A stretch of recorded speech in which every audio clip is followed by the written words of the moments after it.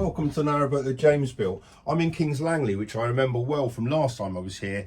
The sides of the bank is made up of big steel pilings, which means when there's any movement in the water, my round fenders find their way into the voids in the piling and the boat slams against the side. So as a result of which, all day and all night I'm hearing this knocking sound. From outside it doesn't seem that bad, but inside it's really noisy. So that is something I need to address.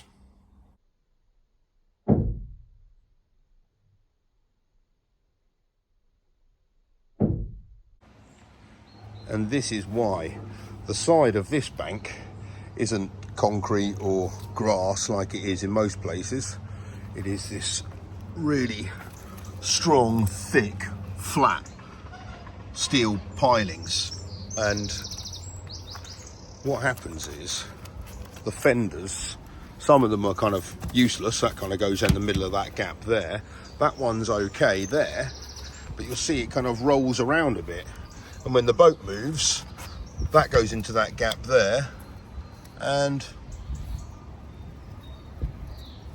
bang. It makes no noise from the outside, but on the inside, that's deafening.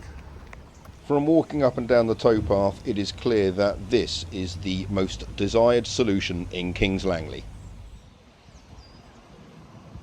So I too have got myself some tyres, which are perfect to fit in those gaps there. So they don't have to be sitting away from the boat, because what I don't want is for them to be sitting there, because then accessing the boat, certainly for the little ones, is going to be that much harder. So it's just going to occupy those voids. So first off, I need to drill some holes in the bottom of these tyres. So I went to a local garage just up there. They're one of the ones that pay for their tyres to get taken away. So for them, I'm doing them a favour. So don't buy these, whatever you do. Just putting a few holes in the bottom, so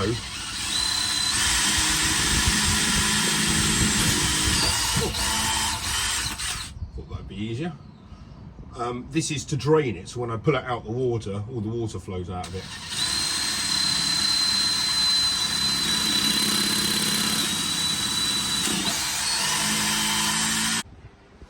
Right, I've stepped on board HMS Serafina to give this a test.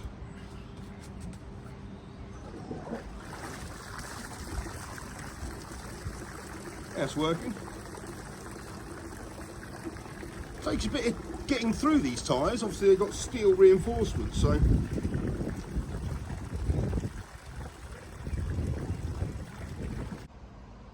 well, it works. Securely tied on there, and lift it up, all the water comes out. I'm sure there'll be a little fish in there in the mornings at times. It takes a bit of weight. Not the best rope in the world. I might go to the chandlery, see if I can get some more when I go to Hemel later on. Right, next up I need to finish trimming these windows here. So there's two in the saloon, there's some stuff in the galley as well. I've got loads of bits to trim, all various bits. I'm hoping I've got enough, but as you can see, these windows are not the only thing that needs a trim. So just the other side of that bridge is a little barber's. Perfect. Right, well, that's one trim taken care of. Now I need to sort out these windows. Actually, I'm going to have to take the curtains off. Oh, actually, when I do that, I can sort out all the pairs again. That'll keep you lot happy. Right, so, yeah, let's do that first, and then I can do these trims. But whilst there's a bit of light, I still want to take you to what has put Kings Langley on the map. Culinary-wise, anyway. And this is the map of Kings Langley, and what put Kings Langley on the map was in 1904 when Albert Wagner, who was a Swiss chemist, created Ovaltine. And in 1909, I think my dad will remember this, they moved to Britain and set up a factory right here on the banks of the canal in Kings Langley.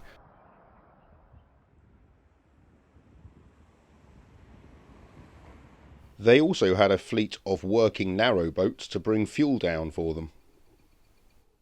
And here's some archive footage from 1965 of the rear of the factory.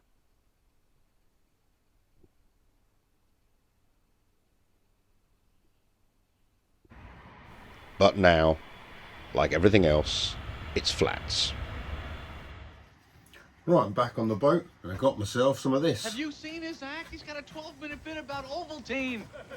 I'm sure it won't take that long, but I've never had Ovaltine before, so... What does it say? I can barely read anymore. Just add milk. Easy. For best results, put 5 teaspoons, Jesus, of Ovaltine in a mug with hot milk. Right, sweet. Okay.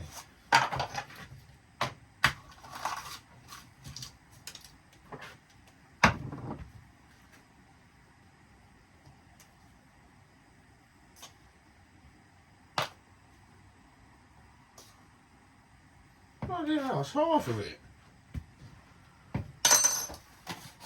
Oh well. I'll follow the instructions. Who am I to disagree?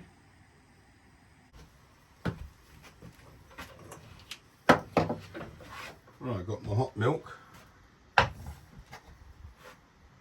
a hell of a lot of this powder. There we go. Enjoy as part of a balanced, healthy diet, it says. Oh, it stinks. Oh, it smells well post-war.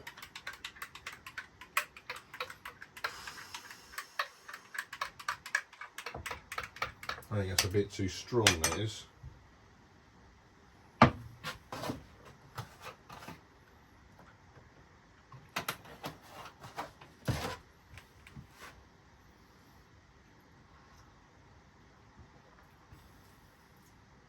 That's quite nice. It's made with barley or something, isn't it? Made with wholesome goodness of barley, malt and cocoa. He got 2 minutes into that Ovaltine thing and I just couldn't take it anymore. Right, the next day, and these tyres have worked a treat. I had a very peaceful night's sleep. No banging on the sides for me. Now what I need to test my tyres is a boat. And when I saw one coming, I thought I'd help the guy through the lock. And it seems as though the tyre solution has worked a treat. Boat didn't budge an inch. Right, its bottom seal is in, that side one's in, or just cut to shape, not in properly. This top one's been cut. I need to take off the lip on it, but before I do, I need to take this part off the window, because as you see there, that is very, very tight. Actually, it's touching.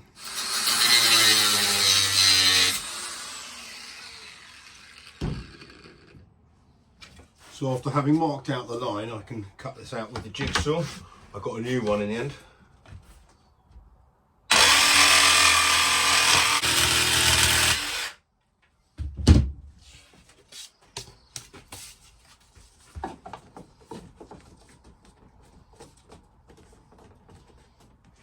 Okay, cool. Hopefully, that should still, yes. Good. Right, last one to do is that side one.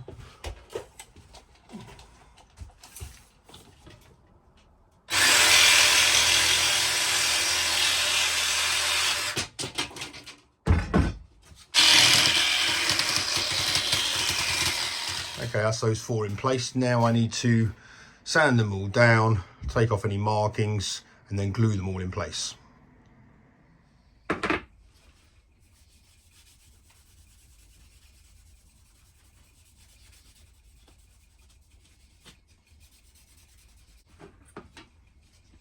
Okay, I'm going on with some of this black bison wax, and it's what I've done all the other hatches in and stuff, and it's gone on really nicely. Makes it look like oak-ish.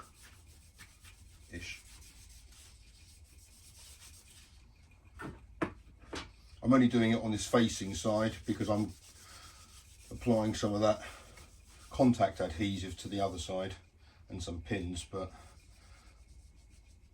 don't need to put the wax on that side. I've tried selecting pieces with nice features in it like that one there. Just to bring a bit of character out in it. Okay, let's put these in. this contact adhesive works as the name would suggest. So you apply the adhesive to both surfaces, and then when they touch, the bond takes place. It's really good. I'm going to secure it with a few pins as well, but this does work pretty well. Okay, last piece.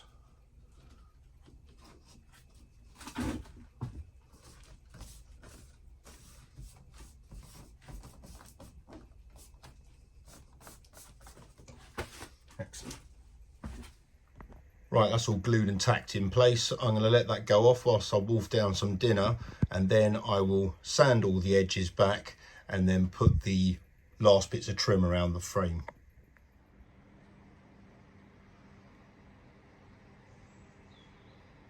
Right, that's 2 bits done. Top and side. Now I need to do that side and then the bottom one, but I need to rush to Heathrow because the owner of Project 57 has just landed.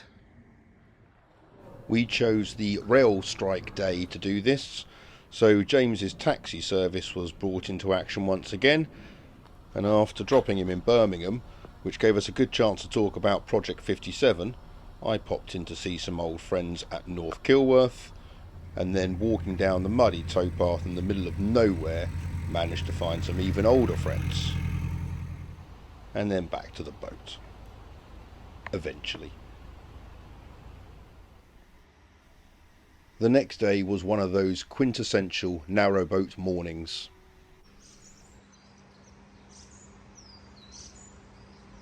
With the fire lit, it was a perfect day to crack on with my windows. However,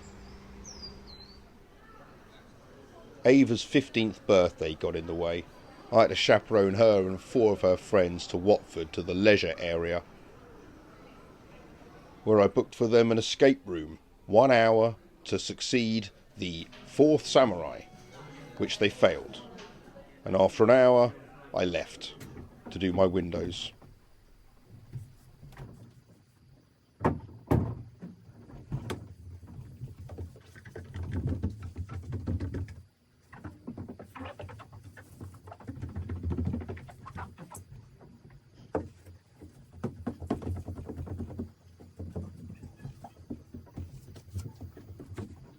I can actually see through it now.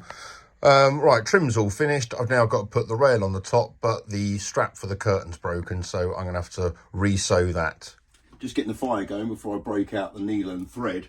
These have been hot news this week. Basically, government have brought in some fines for people burning the wrong stuff in these things. A few years ago, the government brought in legislation about the actual stoves themselves, so they have to be DEFRA approved, something called eco-design, which is basically slightly more environmentally friendly, of which this one is. And then last year they brought in a rule to say you're not allowed to burn house coal or wet wood, and this year they basically put fines on burning house coal or wet wood. To be honest with you, my mum asked earlier if it's going to affect me. No, it doesn't whatsoever. So obviously I'm in a smoke controlled area, so even though I'm not in a house, I'm still living by the same rules as those. So the council can impose it on narrowboats, but the fact is all the fuel we buy is all smokeless. So whether it's these bits of coal we get, so Excel coal, or this stuff here which I use, which is kind of these hardwood kind of lumps, these are pretty good, just to kind of get the fire going. But all this stuff is smokeless. So although it's not really, it gives off smoke coming out the chimney. So in terms of policing it for the council officials, that'll be interesting. But it's all smokeless stuff. There's a list of all the smokeless fuels you can get on the government website. But essentially, unless you are burning wet wood or house coal, you're fine. The only grey area is this stuff here, the kindling. This is old children's bedroom furniture. And this is what the government have said I'm not allowed to use because this is treated timber. I mean, I'm only using a little bit in order just to get it going to put this stuff on. But I think by the letter of the law, I shouldn't be doing it. But I don't know, it's all a grey area, isn't it? But yeah, this stuff works fine. Get that going, then chuck on the coal.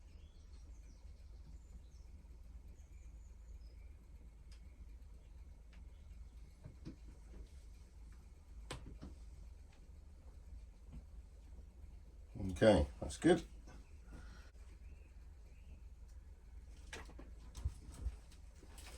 Cool. Right, repaired.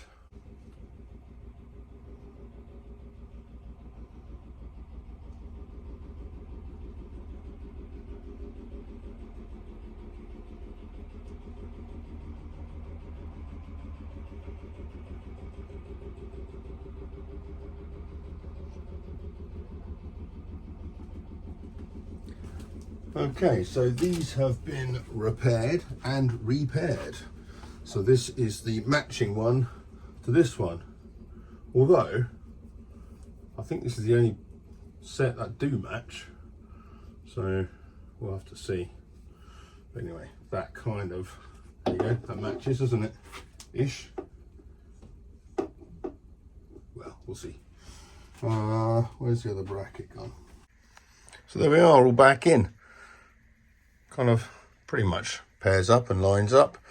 Makes it nicer though when the curtains are open. Obviously, to have that exposed is quite nice compared to that one, which I haven't done yet. Yeah, happy days. In with the smokeless coal. The window frames surrounds have made no difference obviously when the curtains are closed, but when they're open it's quite nice. You see a bit of the exposed sill, so yeah, it's nice. Gave you some news about what the government said about the stoves. In terms of other government news updates, there's not really much. Those 2 government grants, the good news is they're not dead in the water just yet.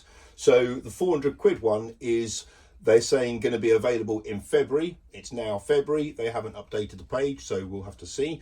The second one, the £200 alternative fuel payment, they have moved the application opening date from the beginning of Feb to the end of Feb. So we'll have to see what happens then. The cynic in me would say the government are just delaying things until the end of the winter and it warms up and they say, well, you've made it thus far, you're okay. So we'll have to wait and see. In terms of other news, Project 57, as I said, I spent quite a long time with the owner this weekend, which has been good. And it looks like it's a goer. So it looks like it's going to be moved down. I've spoken to Ralph, as you know, and so I'll keep you up to speed with that. Unfortunately, though, he's not going to get to be able to go to the boat. So if there's anything to be done to it before it moves, that's going to be on my shoulders. So we'll have to see. I've got some time to take off work, so it might work out. Hope you guys are very well. Hope you had a lovely weekend. Until next time, take care. Bye bye.